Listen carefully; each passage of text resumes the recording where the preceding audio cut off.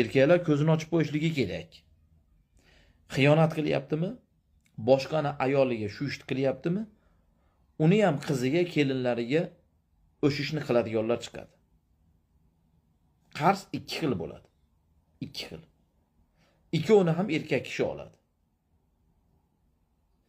Birinchi qarzni erkak kishi o'zi to'laydi, ikkinchi qarzni erkak to'lamaydi uni.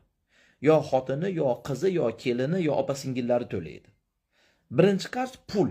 Kimdandir pul olsangiz, u qarzni o'zingiz to'laysiz. Masalan, $100 qarz oldingiz. Haqdorga xotinimni ol demaysiz-ku. O'sha qarzni o'zingiz to'laysiz. Endi ikkinchi qarz bor.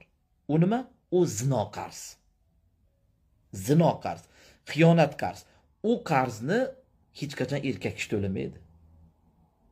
Erkak kishi to'la olmaydi uni. U qarzni ayoli to'laydi.